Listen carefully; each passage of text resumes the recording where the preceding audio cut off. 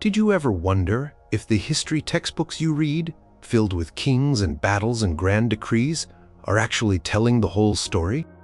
Or if the past 1,000 years ago was just as male-dominated as the records suggest? What if, around the year 950, an entire half of humanity was actively, subtly, and sometimes not so subtly, pushed out of the historical spotlight? Number 1. The cult of lineage. Only heirs mattered. Imagine you are a chronicler in a bustling monastery in the heart of Europe around the year 950 AD. Your days are spent meticulously copying ancient texts, illuminating manuscripts, and, crucially, recording the events of your time. What do you deem important enough to scrawl onto precious parchment? Kings, dukes, bishops, wars, treaties, and the endless, intricate dance of succession. For these chroniclers, often men of the cloth, the continuity of power was paramount, and that power flowed almost exclusively through male lines. When a king died, the most pressing question was, who was his son? His rightful heir. The daughter, the wife, the sister, even if she held significant land or influence, was rarely the central focus of this narrative. Her importance, if acknowledged at all, was almost always defined by her relationship to a male ruler, an heir, or a powerful lord. Consider the intricate genealogies that pepper these historical documents. They are like elaborate family trees, but with a specific purpose: to validate claims to thrones, to justify land ownership, to track alliances, and to establish the legitimacy of a ruling house. And who is typically at the root of these trees? And who are the branches that bear the fruit of power? Men, a queen, for instance, might be mentioned. Her name would appear, perhaps, but often her role would be limited to being the mother of the next king.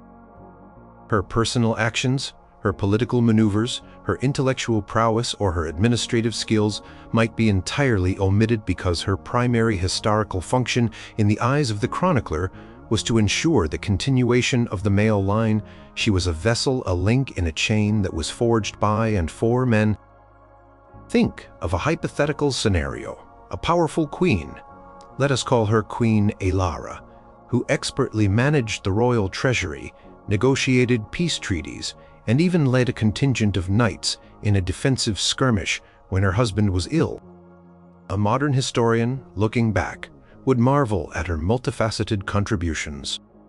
Chronicler of 950, at working within the prevailing mindset, might simply record, King Oswald begat a son, Halfred, by his wife, Elara.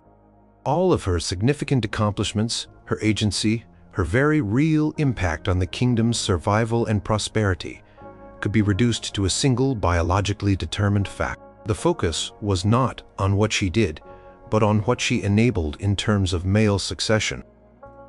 This bias wasn't malicious in every instance. It was deeply ingrained in the societal and political structures of the time.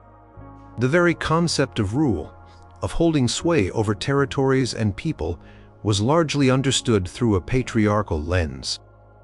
Inheritance laws, feudal agreements, and the very concept of a monarchy were built upon the principle of primogeniture, where the eldest son inherited everything.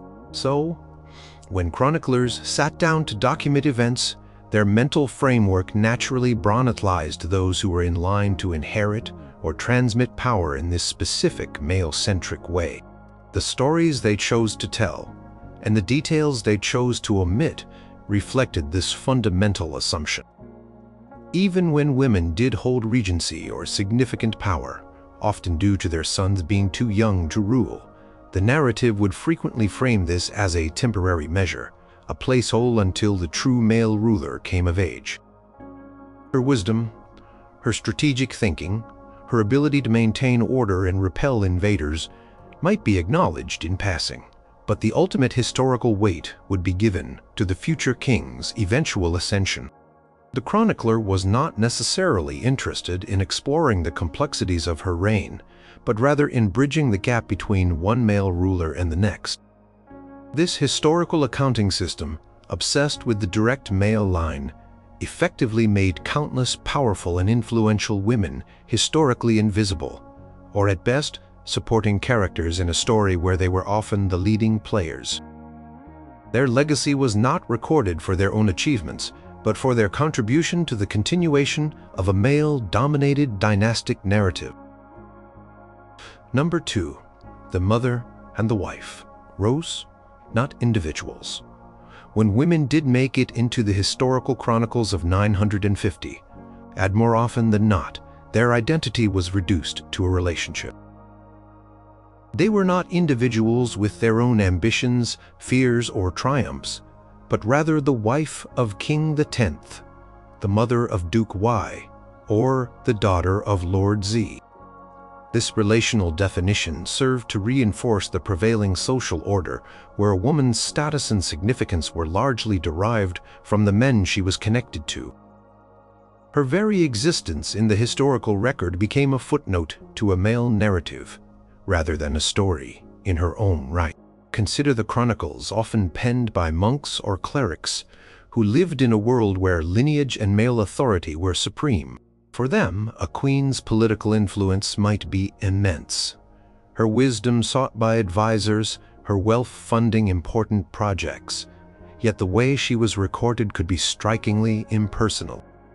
Instead of focusing on her diplomatic skills in arranging a crucial marriage alliance, the chronicle might simply state, King Penda's wife, a woman of noble birth, bore him 3 sons and 2 daughters.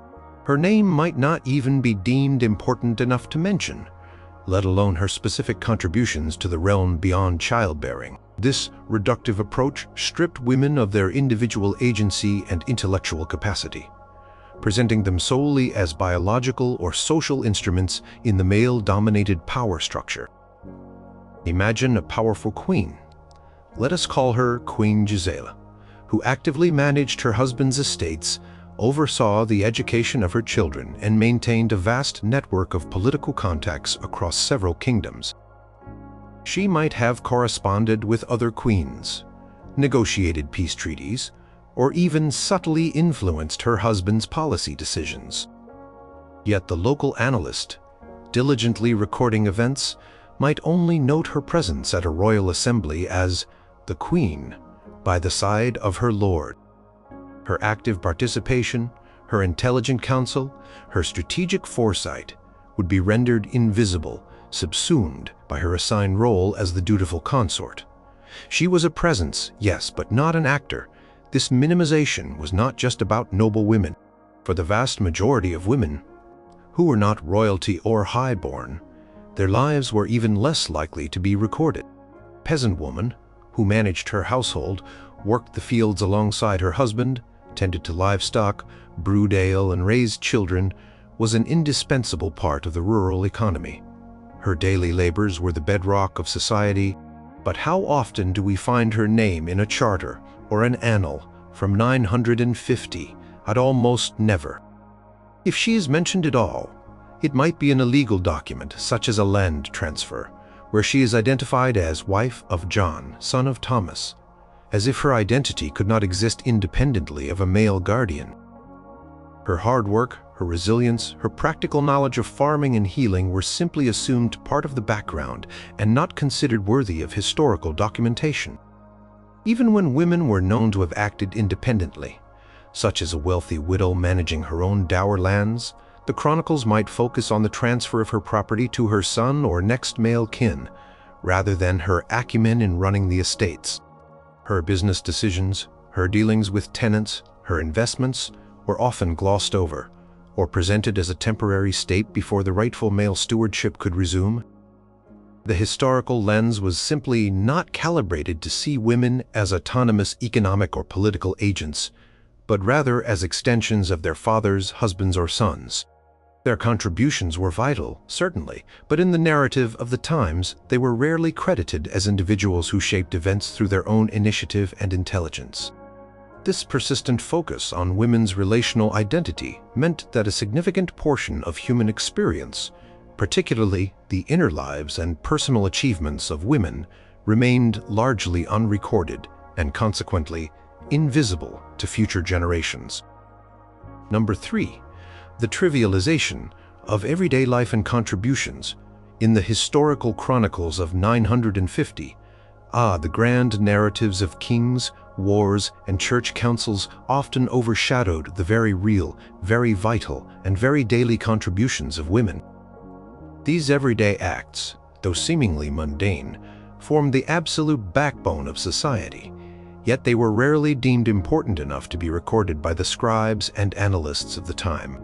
Chroniclers focused on what they perceived as public life, politics, battles, religious decrees, while the private sphere, the realm where women predominantly operated, was largely ignored, rendering their contributions historically trivial. Consider the enormous amount of labor and skill required to maintain a household, whether noble or peasant, in the 10th century. Women were responsible for everything from preparing food, often from scratch using raw ingredients, to making clothes, spinning wool, weaving cloth, and mending garments. They managed fires, collected water, tended gardens, preserved food through various methods like salting and smoking, and produced basic necessities like soap and candles. These were not hobbies. They were essential survival skills. Without these daily, tireless efforts, society simply would not have functioned. Yet, you will search in vain for detailed accounts of these activities in the annals of the time. Chronicler might mention a famine, but not the desperate ingenuity of women stretching meager rations or foraging for wild edibles to keep their families alive. Think about the sheer economic impact of women's work. In rural communities, women worked in the fields alongside men, planting, weeding, and harvesting. They tended to small livestock, milked cows, and processed dairy products. They were often responsible for the market garden, providing essential vegetables and herbs. In towns, women ran small businesses, bakeries, breweries, market stalls, and often specialized in crafts like embroidery or dyeing. They were active participants in the local economy, generating income and contributing to the wealth of their families and communities. However, these economic contributions were rarely documented in charters or histories, which tended to focus on larger land transactions, tithes, or the military levies imposed by lords. The daily flow of goods and services, often driven by women, was simply too small or too domestic to warrant the attention of the chronicler, who was concerned with events of national or regional import. Furthermore, women were the primary caregivers and educators for children. They transmitted knowledge, skills, and cultural values from one generation to the next. They nursed the sick, often possessing extensive knowledge of herbal remedies and practical medicine. They were the ones who kept families together, who ensured the continuity of community life, especially during times of war or plague when men were absent or dying. This immense social capital, this unseen labor of nurturing and sustaining life, was simply not deemed historical material. It was considered the natural order of things, beneath the notice of those recording the important events. Chronicler might note the birth of a royal heir, but never the agonizing labor of the queen, the tireless care of the wet nurse, or the everyday efforts of mothers across the land who ensured the survival of the next generation. The very definition of history in 950 added was narrow, focused on the public, the powerful, and the dramatic. Quiet, consistent, and essential work of women was relegated to the background, unseen and unheard, leaving us with a skewed and incomplete picture of daily life in the Middle Ages. It's as if the foundation of a magnificent castle was overlooked, while only the soaring turrets and battlements were deemed worthy of description. Cumulative effect of this trivialization was that generations of women who played crucial roles in shaping their societies were largely written out of the narrative, their immense contribution relegated to the realm of the assumed, the unspoken, and the unrecorded. Number 4, the male pen and the male gaze, who wrote history. Imagine trying to understand the world from a single viewpoint filtered through one specific set of experiences and biases. That is largely what we are faced with when we read historical chronicles from around 950 AD. The overwhelming majority of these texts were penned by men, monks, clerics, court officials, and scholars, all operating within a male-dominated society. This simple fact that the chroniclers were almost exclusively male had a profound and undeniable impact on whose stories were told and how they were told. It created a male gaze through which history was observed and recorded, effectively sidelining women. These male chroniclers lived in a world where formal education, especially literacy and access to writing materials, was predominantly reserved for men, particularly those in religious orders. Monasteries were centers of learning where annals were kept, saints' lives were written, and historical narratives were painstakingly compiled. The men who engaged in this work were products of their environment. Their understanding of power, social order, and significance was naturally shaped by the prevailing patriarchal norms. They viewed the world through a lens that broadcastized male actions, male achievements, and male lineages, often without even consciously realizing the bias this introduced.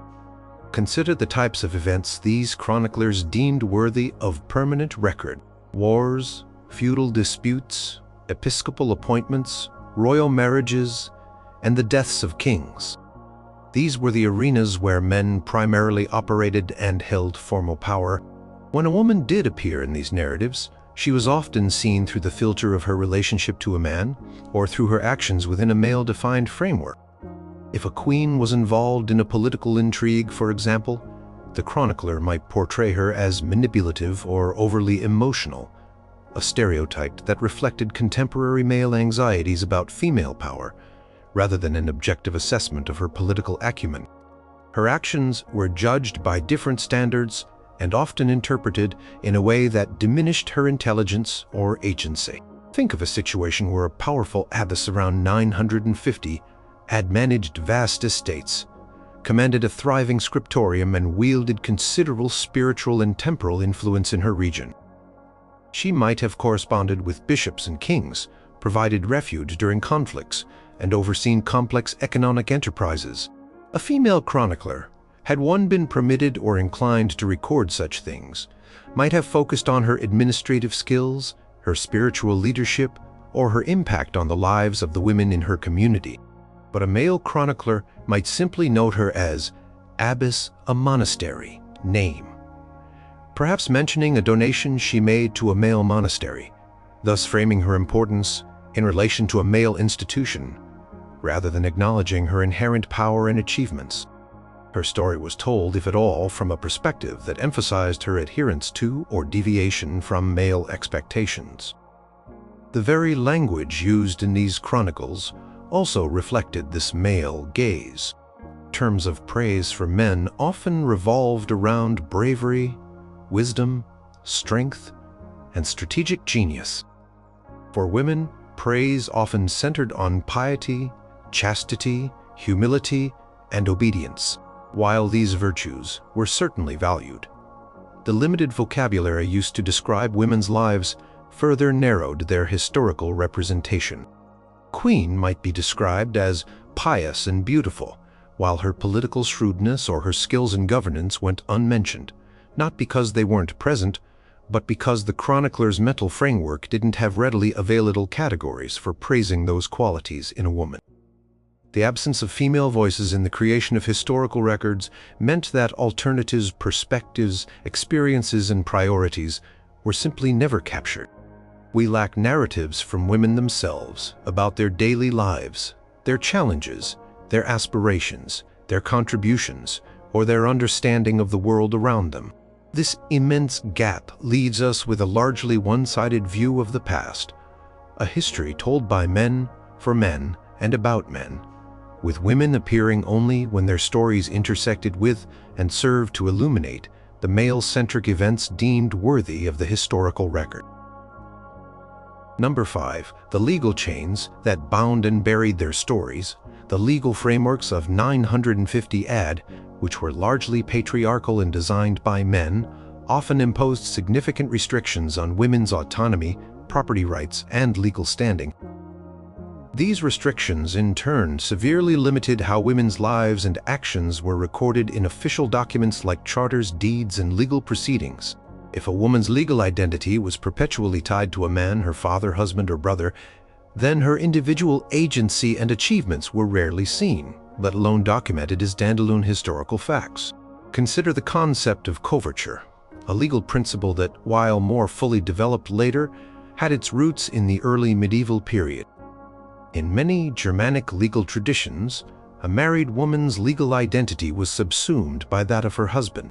She could not typically own property independently, make contracts, or appear in court without her husband's consent or representation. Her actions in the public sphere, especially those related to property or legal disputes, were almost always conducted through a male proxy. This meant that when a land transaction occurred, for instance, the document would record the husband's name as the primary actor, even if his wife had a significant interest in the property, or was the one who initiated the sale or purchase. Her consent might be noted, but her active role as a negotiator or decision-maker would vanish into the shadow of her husband's legal persona. Imagine a wealthy noblewoman in 950 AD who inherited a vast estate upon her father's death, but then married a man of lesser standing. Despite her wealth and potential influence, her legal rights over that property might immediately become subject to her husband's control. If she wanted to make a donation to a church, sell a portion of the land, or even free a serf, her husband's agreement was often legally required, and his name would appear on the charter as the primary grantor. The legal record would thus reflect his action, even if the impetus and substance of the act came entirely from her. This legal dependency made it difficult for women to leave a direct, unambiguous paper trail of their own economic or philanthropic activities. Even for single women, such as widows, while they enjoyed more legal independence than married women, their status was often seen as temporary. Their dower lands, intended to support them, would eventually revert to the male heir. Their ability to manage their own affairs, while greater than married women, was still often circumscribed by social expectations and the need for male counsel. If a widow successfully ran her deceased husband's business for years, expanding it and accumulating wealth, the official records of her transactions might still be less detailed or less numerous than those of her male counterparts, simply because the prevailing legal system did not anticipate women as primary. Furthermore, women's limited access to formal legal education or positions meant they rarely sat as judges, drafted laws, or acted as legal representatives. They were often subjects of the law, rather than its shapers or enforcers. When they were involved in legal disputes, it was usually as plaintiffs or defendants, and their cases were articulated and judged by men. The language of these legal documents was often formal and dry, designed to record facts about property and lineage, not the complex realities of human agency or the motivations behind women's actions. The result was a body of legal records that, while providing glimpses into women's lives, overwhelmingly framed them within the context of their relationships to men and their limited, independent legal standing, thereby burying their individual contributions. Number 6. The Chronicles of War, where women simply did not fit when you flip through the pages of medieval chronicles from around 950 AD. A recurring theme leaps out: war. These documents are packed with accounts of battles, sieges, military campaigns, and the exploits of kings, dukes, and knights. This focus on martial activity, a sphere almost exclusively dominated by men in terms of direct participation, left very little room for women in the historical narrative.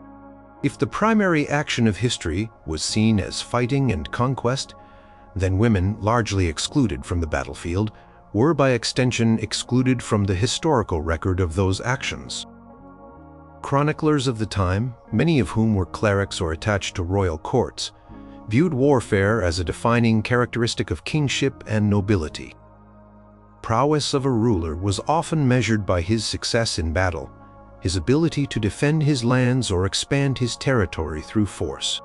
Consequently, accounts are replete with detailed descriptions of strategies, troop movements, and the valiant deeds of individual warriors. In this intensely masculine domain, where did women fit? Very rarely. Their absence from the front lines meant their actions, however crucial to the war effort, were almost entirely invisible to the historical record. Consider the immense logistical support required for any medieval military campaign. Armies did not just materialize out of thin air. They needed to be fed, clothed, and equipped. Women played a vital role in providing these necessities.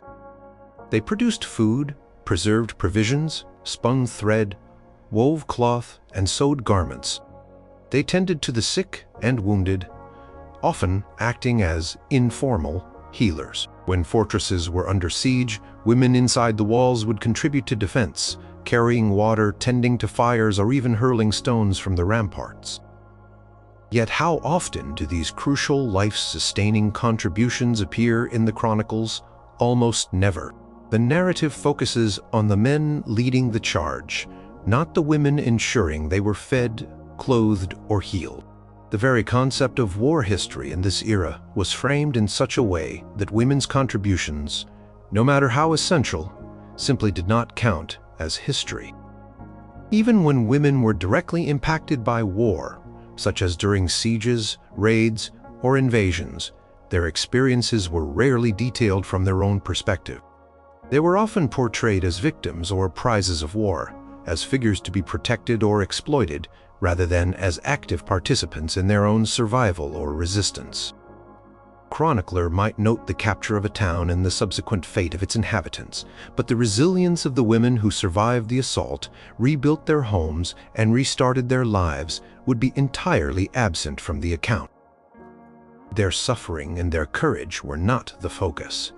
The focus was on the military actions of the men who conquered or defended. There were, of course, rare exceptions, such as powerful queens who might lead armies in exceptional circumstances, or women who defended castles in their husband's absence. But even in these instances, the chroniclers often framed their actions as extraordinary deviations from the norm, rather than acknowledging an inherent capacity for leadership or strategic thinking. Their martial endeavors might be described with a hint of surprise or even disapproval, implicitly reinforcing the idea that such roles were unnatural for women. The overwhelming narrative, therefore, served to exclude women from the very definition of historical action, when that action involved conflict, cementing a male-centric view of power and historical significance that endures even today. Number 7. The silencing of women's voices in religious leadership. The religious institutions of 950 AD were central to medieval society, shaping not only spiritual life, but also political power, intellectual discourse, and social norms.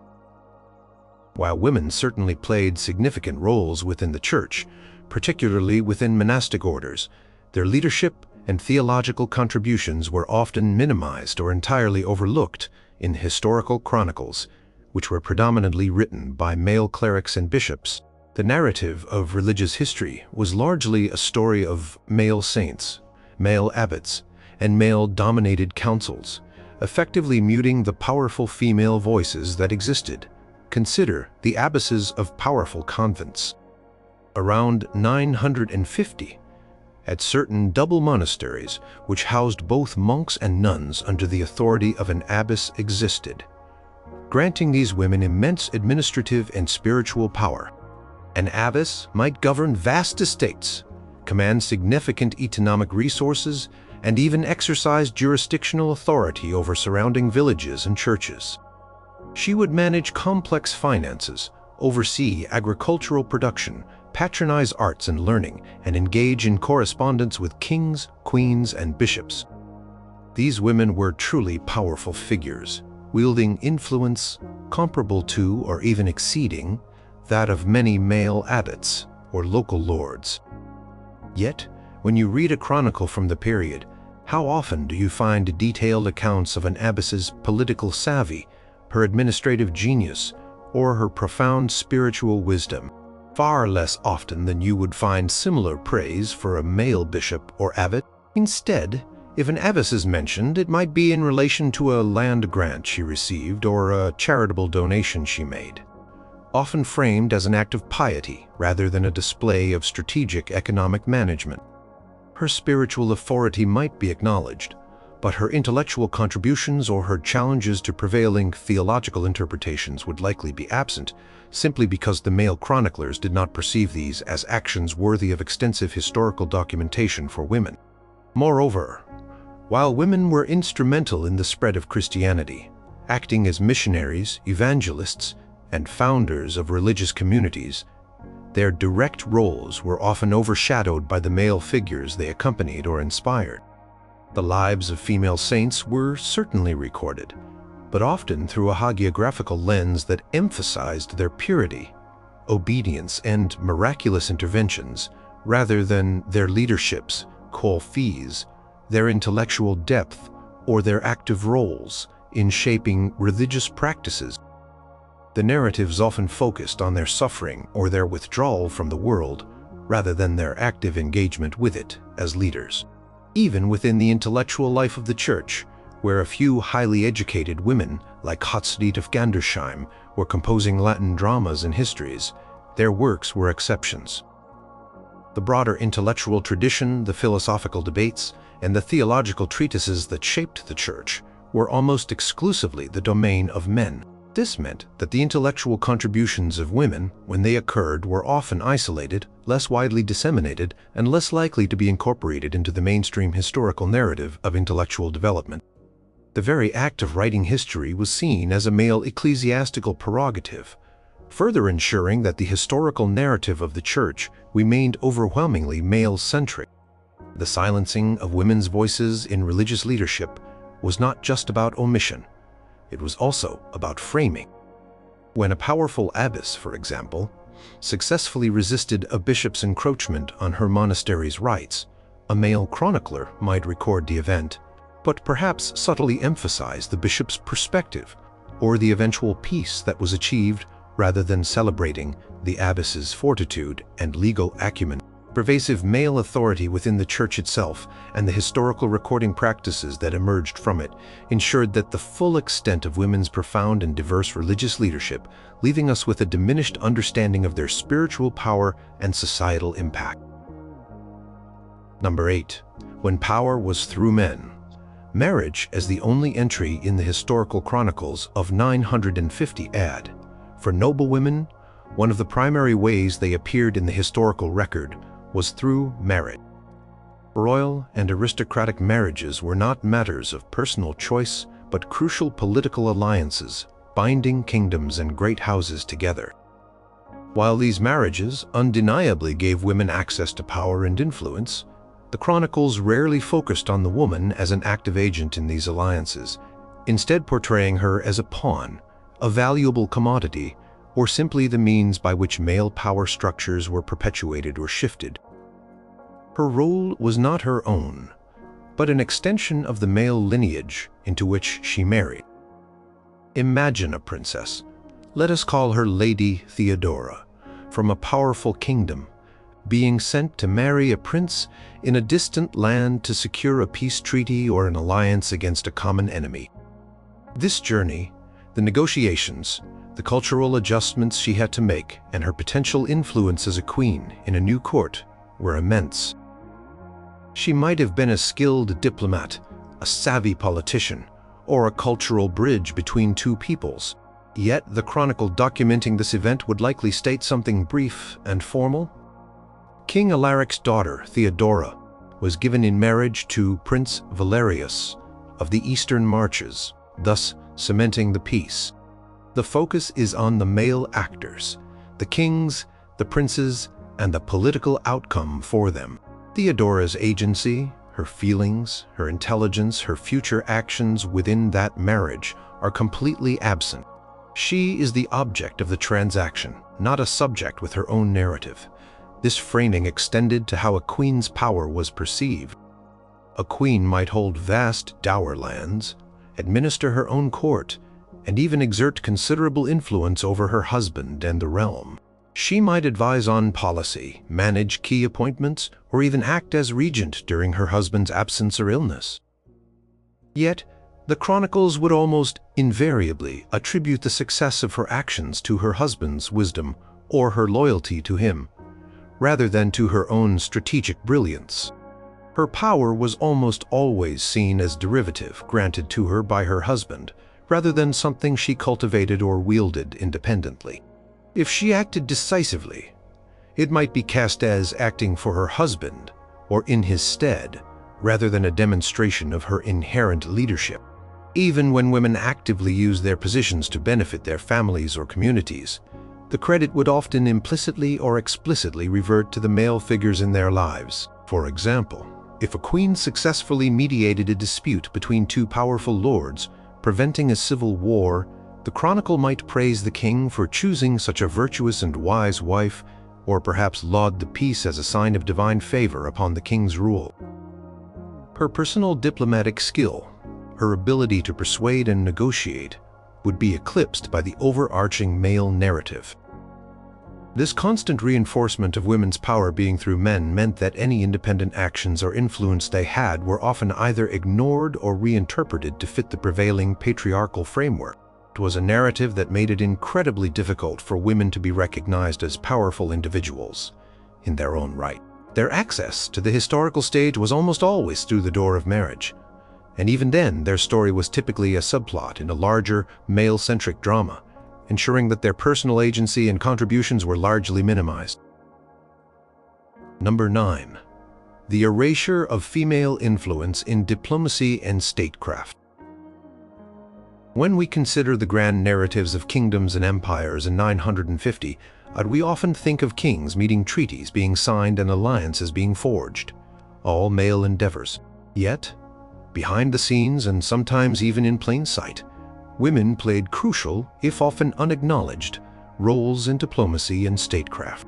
However, the historical chronicles, focusing on formal male power structures, consistently erased or downplayed this female influence, presenting a world where only men held the reins of international relations and political maneuvering.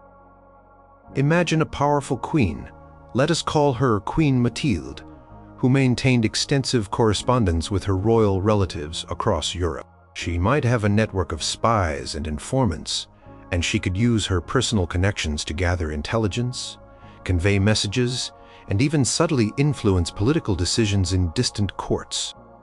She might arrange politically advantageous marriages for her children, securing alliances that her husband, bound by formal protocols, could not. She could act as a mediator in disputes between her husband and rebellious lords, or even between her kingdom and a neighboring power, using her softer diplomatic touch where blunt force might fail.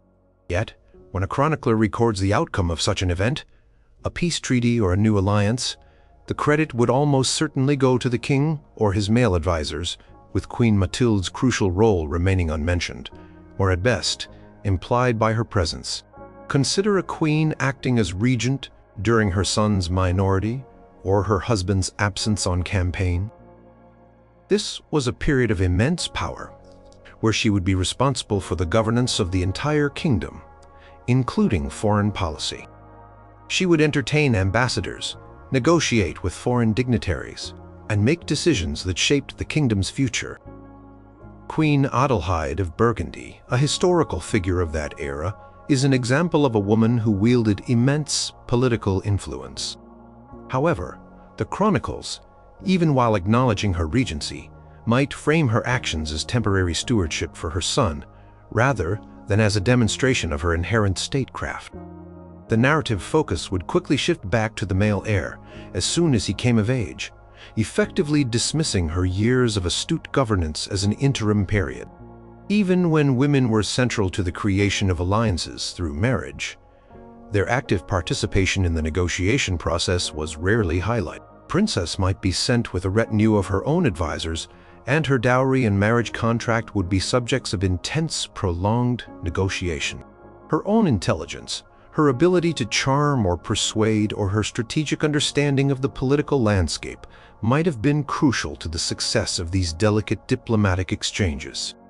But the chronicler would likely just record the ultimate marriage, giving all credit for the alliance to the male heads of state involved, treating the princess as a passive object of the agreement rather than an active participant in its formation. The reason for this erasure is multifaceted. Firstly, formal diplomacy was seen as a male domain, conducted by kings, envoys, and bishops. Secondly, the influence women wielded was often informal, exerted through personal networks, private conversations, and family ties, channels that were less visible and thus less likely to be recorded in official histories. Chroniclers were focused on the public formal acts of power, and often missed or deliberately ignored the quieter, more nuanced ways in which women shaped events. The cumulative effect was a historical record that presented a severely incomplete picture of medieval statecraft, where the essential contributions of countless women in shaping alliances, preventing wars, and guiding policy were simply written out of statuin. Number 10. The unseen hands of the household economy. When you imagine the economy of 950, and your mind might jump to trade routes, bustling markets, or the grand estates of lords and kings. While these were certainly important, the foundational bedrock of the medieval economy was the household. And within the household, both noble and peasant, the contributions of women were absolutely indispensable. Yet, the historical chronicles of the time focused on what was perceived as the public or official economy, almost entirely ignored and thereby minimized the vital, tireless, and complex work that women performed daily. These unseen hands were the true engine of survival and prosperity. Consider the sheer scale of the medieval household as an economic unit. It was not just a home, it was a production center. Women were responsible for an astonishing array of tasks that today would be distributed across multiple industries. They processed raw agricultural products into food, from grinding grain to baking bread, from churning butter to curing meat. They were the primary producers of textiles, taking raw wool or flax, cleaning it, spinning it into thread, weaving it into cloth, and then cutting and sewing it into garments for the entire family. They brewed ale, made candles, soap, and rudimentary medicines from herbs they cultivated or gathered. These were not minor chores. These were essential manufacturing processes without which families would starve, freeze, or fall ill. Think about the management of resources. Peasant woman, for example, would have an intimate knowledge of her family's land and its produce. She would manage the food stores, ensuring enough was put aside for the winter, making choices about what to preserve and how. She might manage a small garden, keep chickens, or tend to a pig, contributing significantly to the family's diet and potentially providing surplus for sale at local markets. Her economic decisions were constant and critical, directly impacting the family's survival. However, these decisions, these daily calculations of resource allocation and production, were almost never recorded in any historical document. The only economic activities that made it into chronicles or charters were often large-scale land transactions, tithes, or taxes levied by male lords.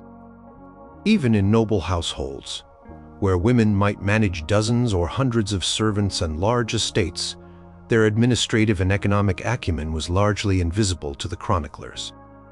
A noblewoman might oversee the finances of her dower lands, manage significant income from her own properties, and direct the labor of numerous workers. She would be responsible for provisioning the household, acquiring luxury goods, and ensuring the smooth operation of what was in essence a large, complex business enterprise. Yet, her role would rarely be highlighted as an example of economic leadership. Instead, the focus would be on her husband's overall wealth or land holdings, implying that any prosperity was solely due to his management rather than the combined efforts of his wife and household staff. Chroniclers simply did not see the household economy, or the myriad forms of labor women performed within it, as history. Their focus was on the public, the political, the military, and the ecclesiastical. The domestic sphere, though absolutely crucial for societal functioning and economic stability, was relegated to the realm of the unspoken, the assumed, and the everyday, and therefore it was not deemed worthy of being written down. This monumental oversight leaves us with a starkly incomplete picture of medieval economic life, missing the vast invisible contributions of women whose tireless efforts were the very foundation upon which medieval society was built.